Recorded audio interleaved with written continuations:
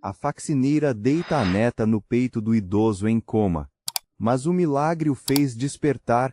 Todos os médicos do Hospital da Caridade, no coração do bairro, já tinham desistido de usar a palavra quando. Só sussurravam-se. E mesmo assim soava otimista demais. Senhor Jacinto, o respeitado, mas distante, patriarca da antiga família de fazendeiros da região, jazia em um quarto particular, numa ala mais silenciosa, vigiado por equipamentos que apitavam lento e cruel. 3 semanas antes, um acidente na colheita o havia deixado assim. Desde então, nenhuma atividade cerebral significativa, além do mínimo para manter o corpo. Órgãos cansando, músculos atrofiando.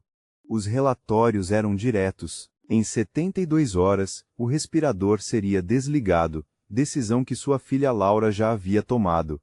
Fora, o burburinho era de cálculo, não de luto. Rivais se moviam, terras eram negociadas, todos medindo a ausência do patriarca. Só uma pessoa entrava ali sem nada a ganhar.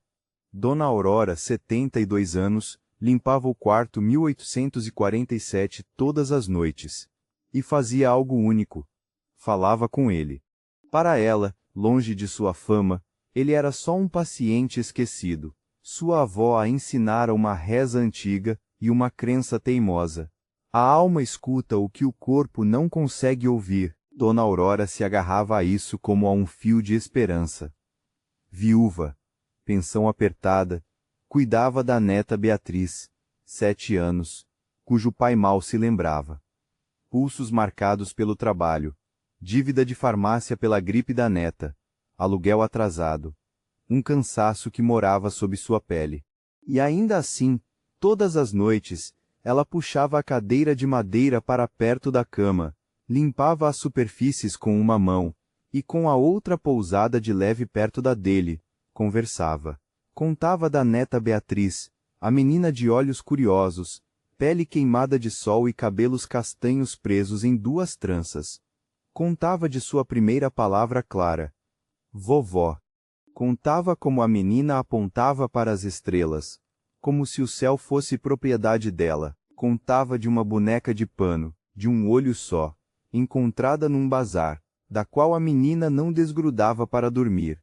Contava das viagens de ônibus no frio da madrugada, de contar moedas, de tentar parecer corajosa quando não se sentia assim. No coma, onde tudo era cinza, a mente de Senhor Jacinto se agarrou àquela voz como a uma corda.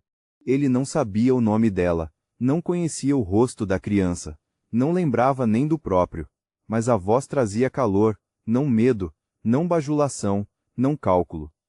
Só uma voz humana, sem nada a pedir. E aquilo bastou para impedi-lo de se soltar de vez. Neto Tiago estava no corredor encostado na parede fria, olhos fixos na porta do 1847. A poeira da estrada ainda marcava as botas. Não trocara de roupa desde o acidente. Ainda sentia cheiro de terra molhada. Ainda ouvia o trator derrapando. Senhor Jacinto aos 45.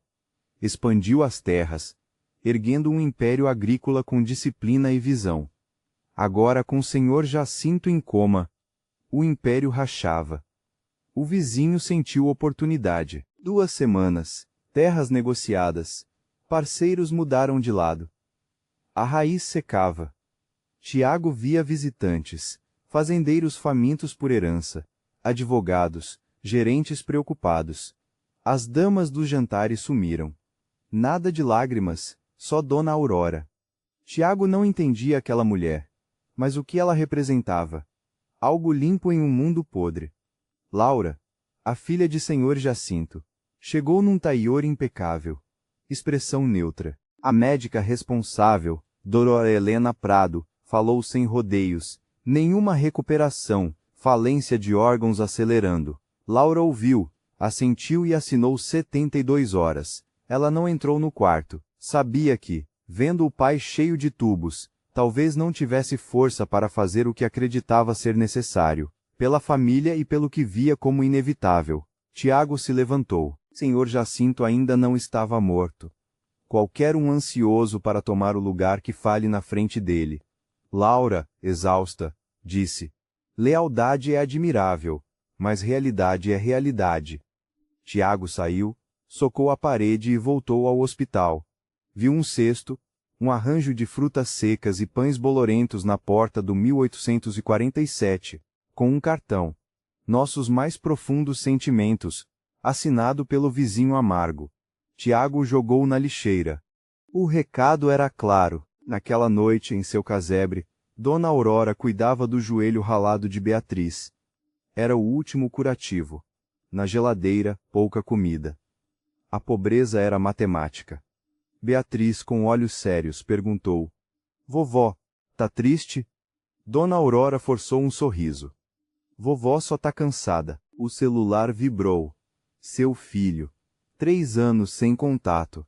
O nome na tela trincada era um pesadelo ressurgido. A mensagem era curta. Ele pediria a guarda de Beatriz, alegando que Dona Aurora trabalhava à noite e a deixava sozinha. Queria vê-la tremer. E estava conseguindo. 2 da manhã, a tosse começou. Às 3, Beatriz queimava em febre. Dona Aurora não tinha termômetro, mas sabia. Pano molhado na testa, respiração pesada. Era domingo. Posto de saúde fechado. Pronto-socorro significava mais dívida. O supervisor do hospital ligou. 3 faxineiros com gripe. Pago dobrado, ele insistiu. Dona Aurora fechou os olhos. Salário dobrado era aluguel, remédio. Era uma não escolha. Eu vou, sussurrou. Deu banho em Beatriz, embrulhou-a na manta mais grossa, pôs a boneca de um olho só no abraço da neta e saiu ao frio da madrugada. Na lavanderia do hospital, um banco virou cama improvisada. Dona Aurora bateu o ponto e correu. Limpava um quarto, descia para ver Beatriz. 15 minutos embaixo, 15 em cima. Evitava o elevador para não levantar suspeitas. Às 9, Beatriz acordou chorosa, com febre mais alta. Dona Aurora embalou. Depois, obrigou-se a voltar ao trabalho. Às 11, viu a escala do plantão, quarto 1847. No dia seguinte, às 72 horas acabariam. Olhou o número até a vista embaçar. Depois encarou a escada que levava à lavanderia, onde a neta dormia sozinha. Algo nela rompeu. Não podia deixar Beatriz sozinha mais. Pegou a menina no colo, empurrou o carrinho e subiu. Os seguranças, conhecendo Dona Aurora, abriram caminho. Não sabiam que veriam o impossível. Dentro do quarto, as máquinas apitavam, marcando o tempo de Senhor Jacinto. Dona Aurora limpava, mas Beatriz se remexia, chorando sempre que tentava deitá-la. Gritos agudos, febris, ecoavam. Dona Aurora suava em pânico, procurando um lugar quente. Os olhos pararam em Senhor Jacinto. Corpo quente. Sua mente gritava que era errado. O desespero não pede licença. Me perdoa, murmurou, e deitou Beatriz sobre o peito quente de Senhor Jacinto. Só por 1 minuto. A menina parou de chorar na mesma hora, como se um botão tivesse sido apertado. A criança se encolheu, encostou a bochecha febril no peito dele, acima do coração, e caiu num sono profundo. Respiração se acalmando, como se encontrasse um lugar seguro. Dona Aurora ficou imóvel. Tentou pegá-la. Gritos. Deitou de novo. Silêncio. No cinza do coma, Senhor Jacinto sentiu algo quente. Não delírio, mas um peso pequeno, um coraçãozinho batendo, cheiro de talco, uma mão minúscula agarrando sua camisa. Um instinto antigo se moveu nele. Às 4 da manhã, o dedo indicador da mão direita de Senhor Jacinto se mexeu. Dona Aurora sentiu. O ar sumiu do peito. O dedo se moveu de novo. Depois a mão inteira fechou fraca em torno da dela. Dona Aurora apertou o botão de chamada com tanta força que quase quebrou. Senhor Jacinto abriu os olhos não para o teto, mas para um mundo embaçado que foi ganhando forma até restar apenas uma imagem. Uma criança dormindo sobre seu peito e a mulher ao lado, chorando. Enfermeiras correram. Luzes acenderam. Alguém ligou para a Dror. Helena. Doutora. Ele acordou. Uma enfermeira tentou tirar a menina. A mão de senhor Jacinto subiu, fraquíssima, mas firme. Ele pousou a palma nas costas de Beatriz, protegendo. Seus olhos cansados encararam a enfermeira com clareza gelada que a fez recuar. O primeiro ato dele, após 3 semanas, não foi por si, mas para proteger. Do lado de fora, Tiago atendeu no primeiro toque. Ele acordou. O celular escorregou. A Laura veio. Estou indo. Ao amanhecer, a cidade inteira sabia. Fiéis respiraram. Traidores suaram frio. Em sua fazenda, o vizinho amargo quebrou a taça na mão ao ouvir. O Jacinto está acordado. Vinho e sangue escorreram. Ele entendeu. O cesto era uma lembrança. E senhor Jacinto voltaria com outras. Nos dias seguintes, o hospital virou palco. Médicos revezavam, escolhendo palavras para não quebrar o milagre. Laura entrou no quarto pela primeira vez. Eu assinei, disse. Achei que era misericórdia. Os lábios de senhor Jacinto mal se moveram. Você achou que era negócio? Laura estremeceu, envergonhada. Eu não queria te perder, conseguiu dizer. Senhor Jacinto não perdoou, mas não virou o rosto. Para ele, era o mais perto de graça. Tiago se inclinou. O vizinho amargo mandou frutas. Eu lembro, murmurou. Pães bolorentos. Entre exames e silêncio, senhor Jacinto repetia perguntas miúdas. O que Beatriz tinha comido? Se Dona Aurora dormia? Quanto tempo demorava o ônibus da vila ao hospital? Para Tiago, eram provas de que o patriarca aprendia a linguagem da vida comum. Cada resposta o deixava menos pedra, mas ainda pedra. Dona Aurora tentou fingir que o milagre não aconteceu. Voltou às vassouras, mas a lembrança da neta no peito do chefão e o silêncio depois do choro a perseguiam. Marta, a enfermeira, lhe deu café. Você fez alguma coisa ali dentro? Dona Aurora sacudiu a cabeça. Eu não fiz nada. Só não tinha mais onde colocar minha neta. Marta, suave, respondeu. Às vezes, é assim que as maiores coisas acontecem. Por acidente, por desespero. Dona Aurora foi para casa, olhando o teto, temendo ter liberado algo incontrolável. Quando o senhor Jacinto recebeu alta, carro sem identificação, homens com cafés intactos, observavam. Laura levava relatórios. Ele ouvia. Deixa olharem. Laura duvidava. Se olham, estão ocupados. Não cavam em outro lugar, dizia com um humor seco, batendo nos papéis. A gente limpa o que dá, enterra o que não dá e segue. Tiago percebia. Ele falava de futuro. A recuperação foi brutal e rápida. Dorda. Helena nunca vira igual. No terceiro dia acordado, senhor Jacinto perguntou a Tiago. A mulher. Tiago entregou o envelope. Dona Aurora, 72 anos, viúva, neta Beatriz, 7. Faxineira trabalhos extras, ficha limpa. Não sabia quem o senhor era. Tiago resumiu. Não tinha motivo. Senhor Jacinto leu. Traga ela aqui. 2 horas depois, Dona Aurora estava na porta do 1847. Senhor Jacinto, mais magro, olhos fundos, mas o olhar afiado. Você falava comigo todas as noites, disse. Por quê? Porque ninguém mais falava. Engoliu seco Dona Aurora. Minha avó dizia que a alma escuta. Eu achei que precisava de uma voz sem pedir nada em troca. Eu ouvi você, respondeu. Tudo. A Beatriz e as estrelas, a boneca, o ônibus, a reza. A sua voz me segurou. Não me deixou ir embora. Dona Aurora chorou, não por fraqueza, mas porque sua voz tinha importância. Senhor Jacinto não soube consolar, mas não desviou o olhar. Tiago, pela janelinha, sentiu o amolecer de um homem que nunca amolecera. 2 dias depois, Tiago voltou com um dossiê mais pesado. A vida de Dona Aurora, o filho negligente, a dívida, o aluguel. A raiva que subiu em senhor Jacinto não era por terras, era quente, primitiva protetora. Ele deu 3 ordens. Primeira, quitar a dívida hospitalar de Dona Aurora. Sem rastros. Segunda, conversar com o filho. Não ameaçar, mas fazê-lo entender que qualquer incômodo a Dona Aurora faria a vida dele desabar. Terceira, qualquer ameaça a Dona Aurora ou Beatriz seria ataque direto a Senhor Jacinto. Tiago assentiu. 3 dias depois, Dona Aurora abriu a caixa de correio. Carta do hospital, saldo zerado. Aceitou como milagre. Em um bairro afastado, o filho de Dona Aurora abriu a porta e encontrou Tiago. Um celular com a voz clara de Senhor Jacinto ao viva voz. Ninguém soube repetir o que foi dito, nem precisou. No dia seguinte, o filho retirou o pedido de guarda, apagou o número de Dona Aurora e sumiu.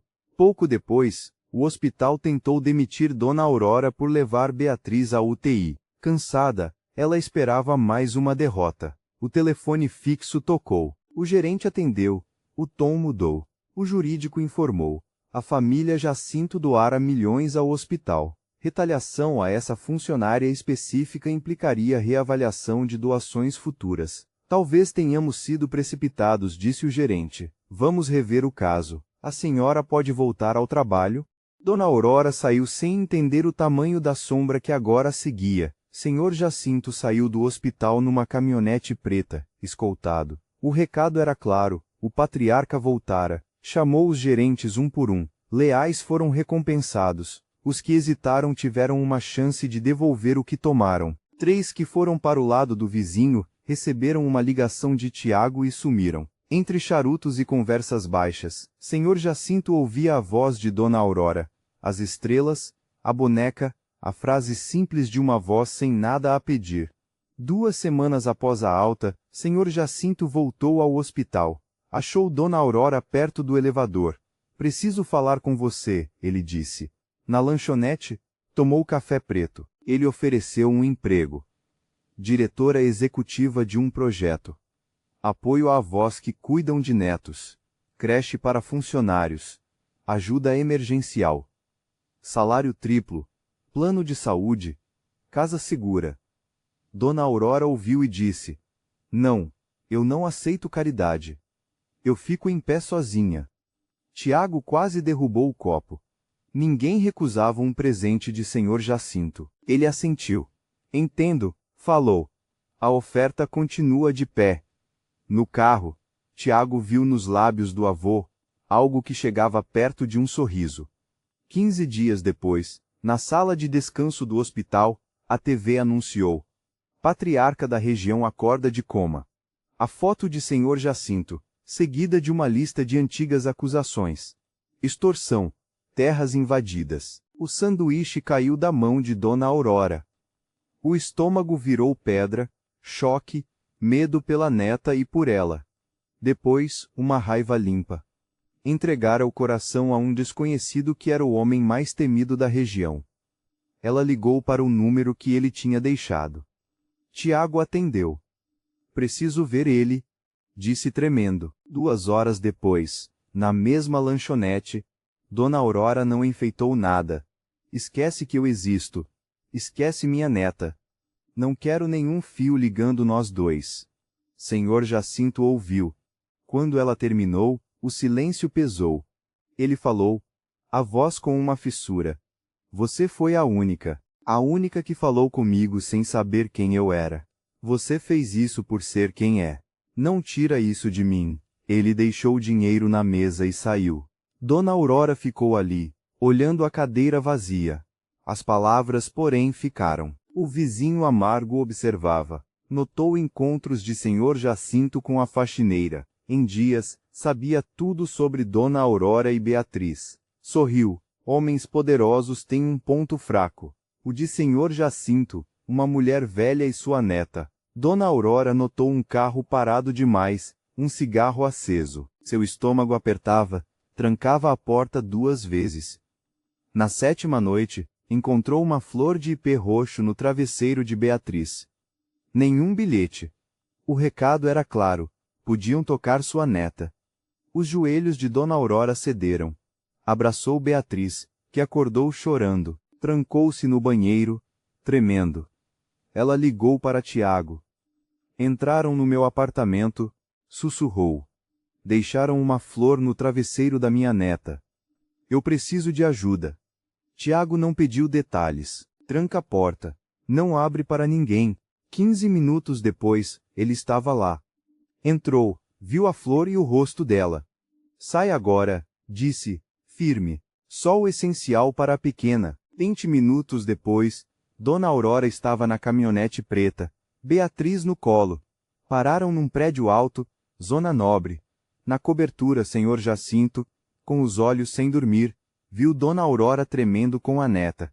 Algo no rosto dele ruiu. Ele chegou perto sem tocar, para ela sentir que não estava sozinha. Virou-se para Tiago, a voz pesada como pedra de túmulo. Acha o vizinho amargo, acaba com isso. Tiago assentiu e saiu. A rede do vizinho amargo foi desfeita, peça por peça. Nomes da região sumiam rápido. Quando o do vizinho desapareceu das conversas, todos entenderam. Senhor Jacinto provara. Quem tocava no que ele protegia, pagava com tudo. Uma semana depois, Laura foi à cobertura para jantar. Confessou que na noite da assinatura, chorou por 3 horas no carro, a primeira vez desde o velório da mãe. Chorou por deixar o pai partir sem dizer o que importava. Senhor Jacinto, sem o idioma do conforto, pôs a mão no ombro dela. Laura cobriu-a. O abraço foi breve e desajeitado. Quando Laura foi embora, a cobertura abrigava 3. Senhor Jacinto deu a Dona Aurora e Beatriz um quarto com tranca. Manteve distância, mas Beatriz, prestes a completar 7 anos, explorava a cobertura como um castelo. Certa noite, Dona Aurora lavava a louça, enquanto o Senhor Jacinto na varanda encarava as luzes da cidade. Pensando nos anos desperdiçados, Beatriz, com a boneca de um olho só, subiu em seu colo como se fosse seu lugar. Senhor Jacinto travou. Beatriz puxou seu dedo, apontou para o céu e disse orgulhosa: Estrela. Ele respondeu baixinho: Estrela. Beatriz riu, confirmando que ele entendeu. Encostou a cabeça no peito dele, olhando o céu, segurando seu dedo como promessa.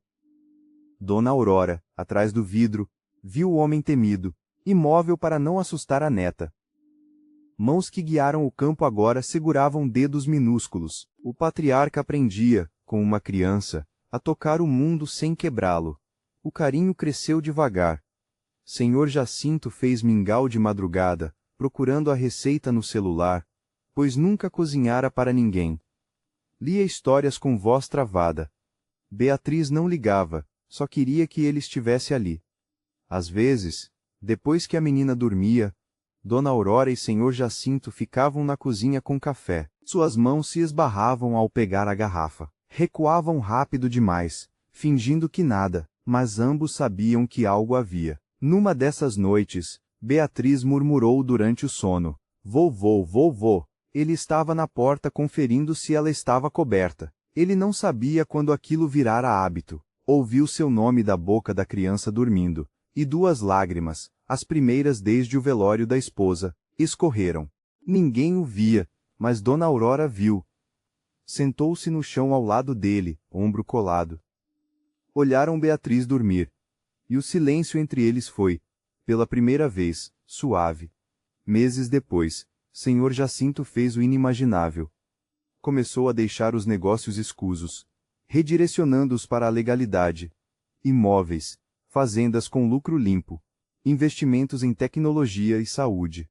Laura notou a mudança, olhando o pai com esperança pela primeira vez em anos. Ele criou o Instituto Estrela, com dinheiro limpo, espaços de acolhimento em hospitais para netos de funcionários, suporte emergencial a famílias, combate à negligência, para que crianças como Beatriz escapassem do abismo. Quando ofereceu a Dona Aurora o cargo de diretora, ela aceitou, não por presente, mas por reconhecer ali a história da própria vida. Não queria que nenhuma avó enfrentasse escolhas impossíveis. Senhor Jacinto apenas assentiu. 6 meses depois, ele estava em pé numa antiga cooperativa, sede do Instituto Estrela. Crianças corriam, paredes cheias de desenhos, um mural de Dona Aurora, e as crianças mostravam um céu estrelado com uma estrela dourada. cercada por pequenas mãos coloridas. Beatriz correu, puxou a mão de Senhor Jacinto até o mural. Apontou para uma mãozinha azul. Essa é a Beta. Ele se agachou. Está linda. Igual você. Dona Aurora observava, o coração transbordando. Haviam montado uma equipe, ajudado centenas, mas o importante não eram os números. Entre mingaus e histórias, tornaram-se família, por escolha, por bondade, pelo fio invisível que a avó de Dona Aurora falava. Você puxa de um lado e sem ver alguém sente do outro. Beatriz ergueu o braço sujo de tinta. Mão na parede. Todo mundo. Dona Aurora abriu as tintas. Mãozinhas coloridas. A dela em prata. A de Senhor Jacinto. Grande e escura. Com calos de trabalho. Agora manchada de tinta e risadas. Beatriz apontou para a estrela dourada. E repetiu o tom que um dia ecoou no coma dele. Estrela. Senhor Jacinto e Dona Aurora responderam juntos. Estrela. Sorriram. Dois sobreviventes que valorizavam cada pedaço de luz. Pois às vezes o mais poderoso não segura a arma, mas uma criança dormindo. E o milagre não é dinheiro, mas o gesto simples de tratar alguém como se ainda tivesse valor. E você, como essa história mexeu com o seu coração? Já conheceu alguém cuja bondade mudou a sua vida? Ou já foi essa pessoa sem perceber? Conta pra gente nos comentários. Se essa história tocou você, deixe seu like, compartilhe com quem precisa ouvir isso, e se inscreva para não perder as próximas histórias.